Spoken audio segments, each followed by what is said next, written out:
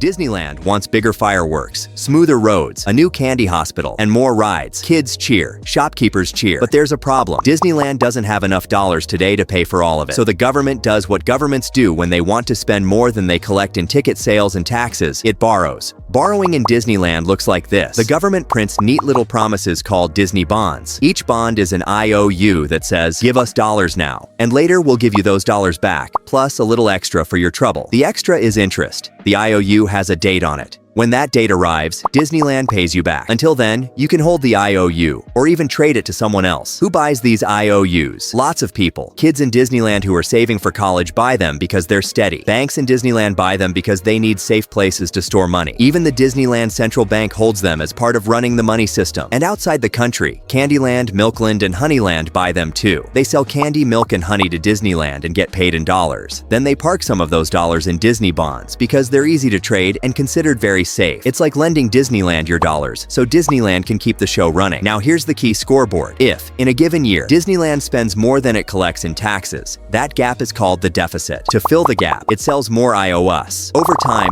all of yesterday's deficits stack up into today's big number, the national debt. Think of the deficit as this year's extra candy bar on the tab, and the debt as the whole tab running across many years. Every bond has a clock. When the clock runs out, Disneyland owes the dollars back. Often it does something very normal. It pays old bondholders by selling new bonds. That's called rolling over the debt. As long as investors trust Disneyland, this is everyday business. Stores do it, families do it with mortgages, and countries do it with their bonds. The trust part is everything. As long as people believe Disneyland will keep paying interest on time and return principal when due, they're happy to keep holding these IOUs. There is a cost to this borrowing: the interest bill. Those are dollars that could buy more candy for schools or fix roads, but instead go to bondholders as the price of using their money. When interest rates are low, the bill is gentle and the show can go on. When rates rise, the bill grows heavier and the government has fewer free dollars for new rides. Debt feels light or heavy, depending not just on the size of the tab, but on the price of carrying it. Sometimes you hear about a debt ceiling. Imagine a painted line on the candy warehouse that says, no stacking boxes above this height. Disneyland can borrow up to that line. Raising the line doesn't create new spending by itself, but it allows the government to keep paying what it already promised. If the line isn't raised in time, the warehouse staff can't stack new boxes, and paying bills gets messy. Creditors worry. The safest IOUs in the world start to look less safe, and that's not fun for anyone. Why does everyone care so much about Disney bonds? Because they're the plumbing. Banks use them as collateral. Traders use them as a measuring stick for prices. Candyland, Milkland, and Honeyland use them to store value they earned from selling into Disneyland's giant market. When the plumbing is trusted, trade and finance flow smoothly.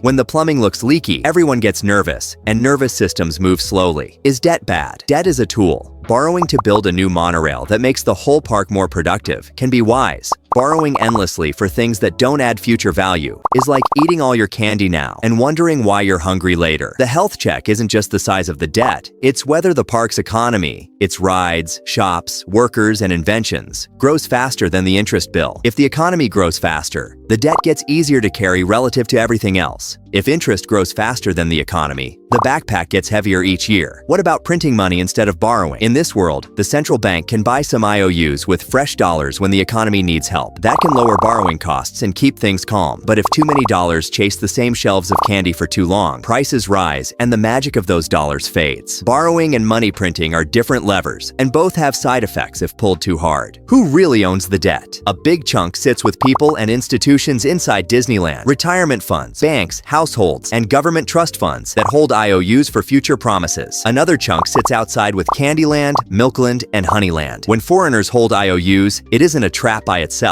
It's part of the same trade loop that brings in their candy, milk, and honey. They send goods, Disneyland sends dollars. Some dollars come back as loans, so Disneyland can keep buying. The loop is stable when trust is high and the economy is healthy. Can a country just decide not to pay? It could, but that's like smashing its own credit card in front of the whole school. Borrowing would become very expensive or impossible for a long time. Shops would struggle, banks would scramble. Everyone's life would immediately feel smaller, which is why actual default on top-tier IOUs is rare and treated as a last resort disaster, not a normal policy choice. So what keeps the debt from becoming a monster? Growing the park's economy helps most. most. More rides, better technology, more visitors, and more productive workers mean more tax dollars without raising rates. Sensible budgeting helps. Spend where it multiplies future candy, trim what doesn't. A stable, credible central bank helps by keeping inflation and rates from swinging wildly, and a steady political habit of solving problems before they turn into cliffhangers keeps trust intact, inside and outside the borders. Bring it back to something you can picture. Disneyland issues an IOU to build a new bridge that shortens travel time across the park. Vendors deliver faster, visitors buy more, sales rise. Taxes collected from that extra activity help pay the interest on the IOU. In that case, the bridge pays for itself over time. But if Disneyland borrows for fireworks every night with no pause, the crowd may clap, the photos will look great, and the bill will still arrive in the morning. Some borrowing builds tomorrow, some just lights up tonight. Now fold in the rest of the world. Candyland, Milkland, and Honeyland own a tray of Disney bonds because they sell into Disney's huge market and want someplace safe to store dollars. If they ever worried that the bonds weren't safe or that inflation would eat the interest, they could buy fewer bonds or demand a higher interest rate. That would raise Disneyland's bill and force tougher choices. Trust is invisible, but it sets the price of almost everything in this story. A final sweep before we fade out. The deficit is the yearly gap. The debt is the running total of all past gaps. Bonds are IOUs that make the borrowing possible. Interest is the rent on the borrowed dollars. The central bank sets the background rhythm with interest rates. The rest of the world is both a supplier of goods and a lender of dollars. And the whole system works best when the economy grows faster than the weight of the interest bill, when promises are kept, and when the plumbing stays trustworthy. Disneyland still wants bigger fireworks, smoother roads, and better hospitals. Those are choices. Borrowing is also a choice. The national debt is what happens when those choices add up. If the park invests well, keeps credibility high, and grows the pie, the backpack stays carryable. If not, the straps start to bite. Either way, now you can walk the park and see the quiet IOUs under the rides, and understand why everyone, from Candyland to Honeyland, watches them so closely. Please like and subscribe.